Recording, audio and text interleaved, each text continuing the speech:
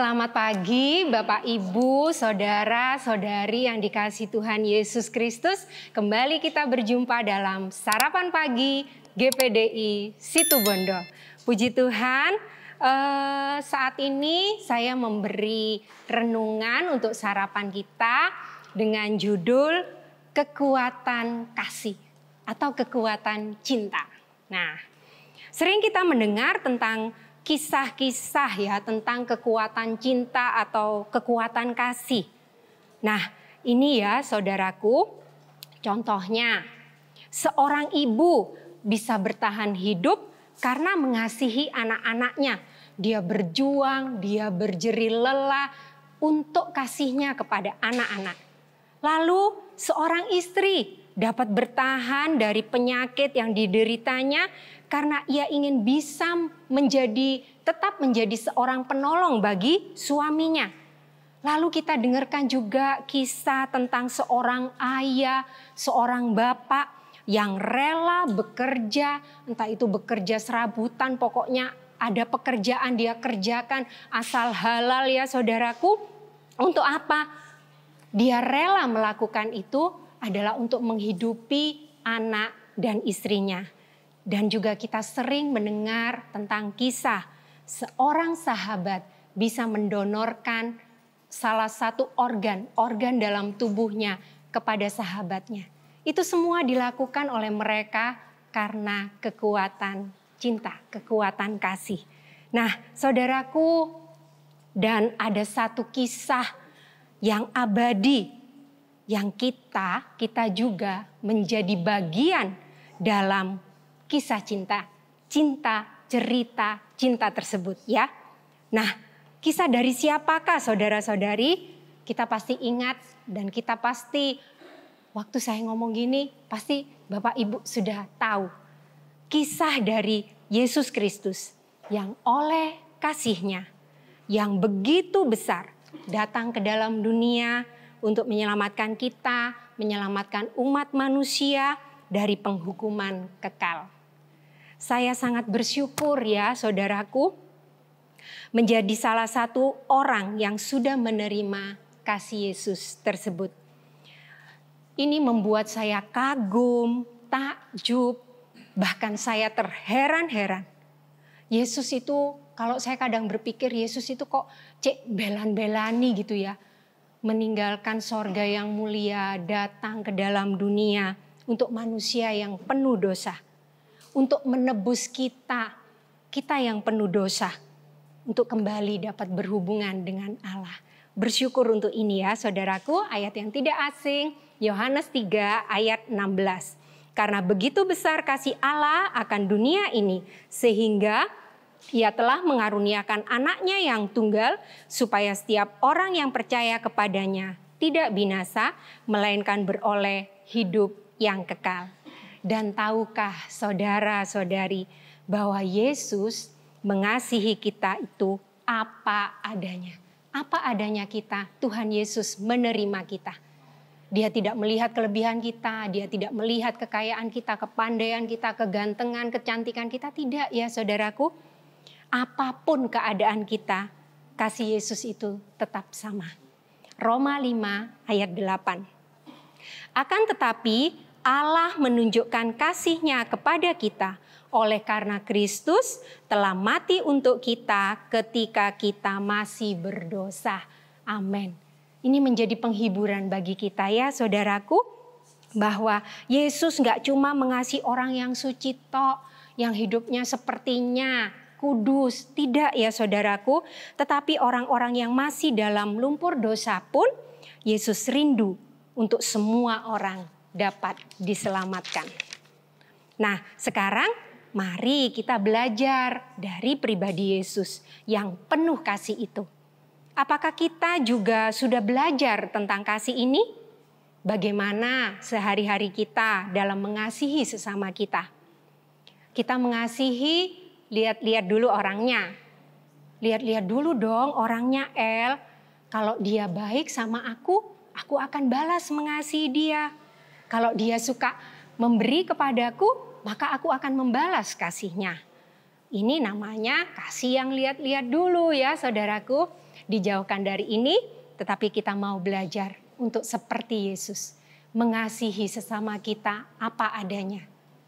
Kita mau menghargai orang-orang yang ada di sekitar kita dengan menyalurkan kasih yang tulus, kasih tanpa syarat, seperti Tuhan Yesus sudah ajarkan.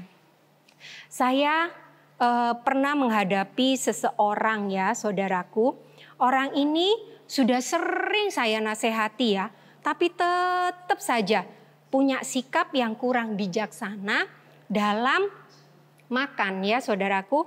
Suatu saat saya bilang, ya sudah terserah kamu dah mau makan apa sakarepmu. Saya sampai ngomong gitu ya saudaraku, karena sepertinya saya sudah ngomong tapi kok tidak mau ya. Saya sudah menunjukkan kasih saya, perhatian saya, tetapi tetap saja ya pola makannya itu tidak baik. Lalu dia menjawab. Jawabannya ini mengingatkan dan menyentuh hati saya. Dia bilang gini saudaraku, Eli, kalau kamu sudah marah itu ya, hilang dah kasihmu, cetus kamu.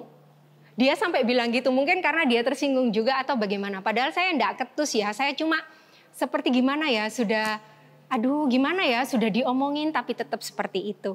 Nah, dari sini saya juga mengambil pelajaran ya saudaraku, untuk saya lebih sabar dalam menasehati orang.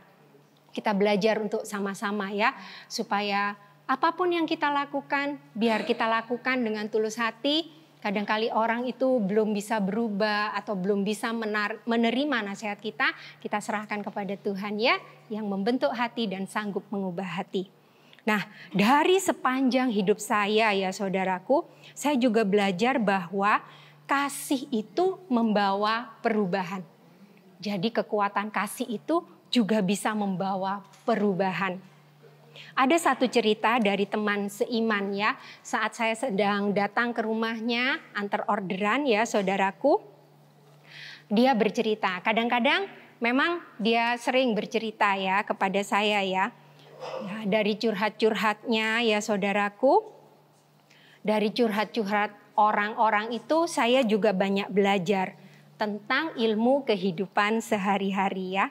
Pada saat itu dia bercerita tentang suaminya yang hidupnya membuat dia sedih. Jadi dengan kelakuan suaminya dia sedih dan terbeban untuk mendoakan untuk perubahan suaminya tersebut ya.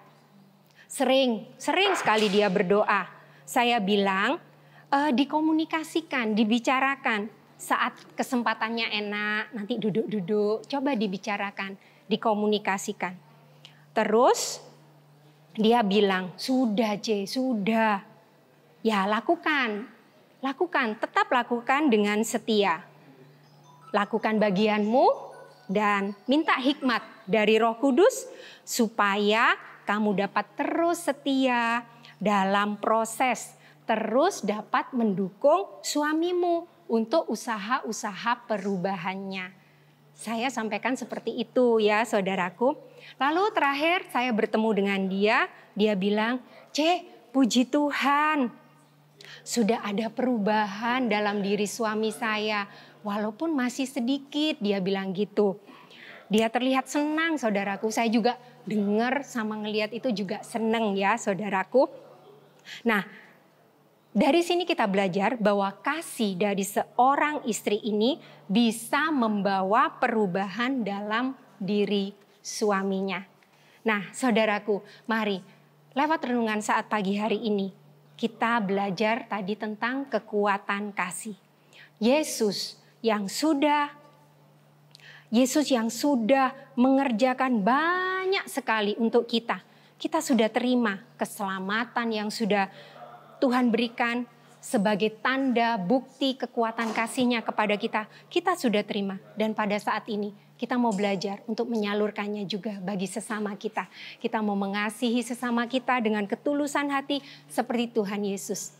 Mengasihi sesama apapun keadaan mereka. Kita mau. Supaya apa?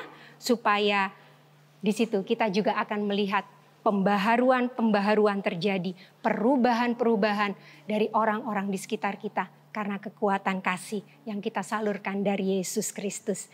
Titus 3 ayat yang kelima. Pada waktu itu, Dia telah menyelamatkan kita, bukan karena perbuatan baik yang telah kita lakukan, tetapi karena rahmat-Nya oleh permandian kelahiran kembali dan oleh pembaharuan yang dikerjakan oleh Roh Kudus. Nah, ingat selalu bahwa kita diselamatkan bukan karena perbuatan baik kita, tetapi sepenuhnya oleh karena kasih Tuhan. Ide penyelamatan itu dari Tuhan Yesus. Dia kerjakan cuma-cuma bagi umat manusia. Itu adalah anugerah terbesar dalam kehidupan kita. Berawal dari sinilah supaya kita bisa membagikan kasih Allah bagi orang-orang yang sudah Tuhan percayakan untuk kita kasihi. Dan kita terus mau makin maju, mau lahir baru, mengalami pembaharuan-pembaharuan itu di setiap hari oleh Roh Kudus. Kita tidak mampu, saudaraku. Kita ini lemah ya, tetapi kita minta kekuatan Roh Kudus untuk mengubah kehidupan kita. Kekuatan kita terbatas ya saudaraku, tetapi terus berdoa supaya Roh Kudus, Dia adalah pribadi Allah yang sanggup mengubah kehidupan kita. Sehingga orang-orang di sekitar kita akan merasakan kasih Kristus lewat kehidupan kita. Kehidupan kita memancarkan kasih Allah yang begitu tulus, yang begitu besar bagi mereka. Amin. Inilah renungan yang bisa saya bagikan. Semoga menjadi berkat bagi Bapak, Ibu, Saudara-saudari untuk menapaki setiap aktivitas kita di sepanjang hari ini. Selamat pagi, selamat beraktivitas. Tuhan Yesus memberkati.